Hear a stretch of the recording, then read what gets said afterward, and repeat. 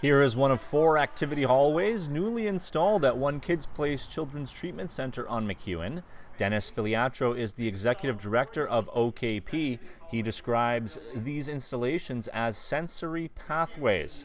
What exactly is that? Sensory pathways are ways of developing those pathways that are responsible for sight, sound, and really our 5 senses that we have. Some kids have heightened senses at certain times and others have lower senses. So these are opportunities for them to be able to create that sensation of heightening them or actually lowering that sensation for them to be able to calm and organize their bodies. These 4 installations made possible through a donation from Farquhar Chrysler. Ryan and Aaron Farquhar had a child attend One Kids Place and they wanted to give back. This is not just about the kids, it's also about the therapists.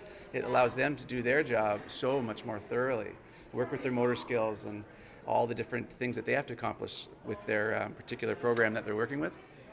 They're able to do that much more easily. We were just talking to one that with one cycle through all 4 of the hallways, she was able to accomplish all of her goals with that child that day without even going into one of the rooms. So this is pretty neat too.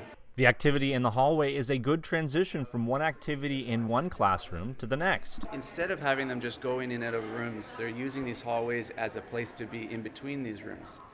That's just one thing, to distract them and get them moving from room to room and get in and out of these rooms from their therapeutic programs. But also, if you look at closely which, like in the back hallway over here, there's a bunch of different shapes, so they're working on shapes. They're hopping from these shapes, so they're working on motor skills. They've got letters, they've got beanbag tosses, so they're throwing skills. There's all kinds of different, so they're designed not just to be fancy and distractive and colorful, but they all have therapeutic needs built into them. From a gross motor perspective, when you really look at the roadway, our physiotherapist would work with the child, and play therapy is really, really important.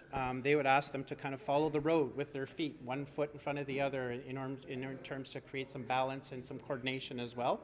And the motor skills as well, like the hand-eye coordination, so bending down and touching one of the signs or touching one of the blue cars or the red car is also another way that they can actually use that. Kevin Cutler is beginning his new term as chair of the board for OKP. There's so many possibilities of what people can do with this. It's a fairly simple concept, probably not really expensive, but if you're watching the children that are using it right now, they're completely engaged.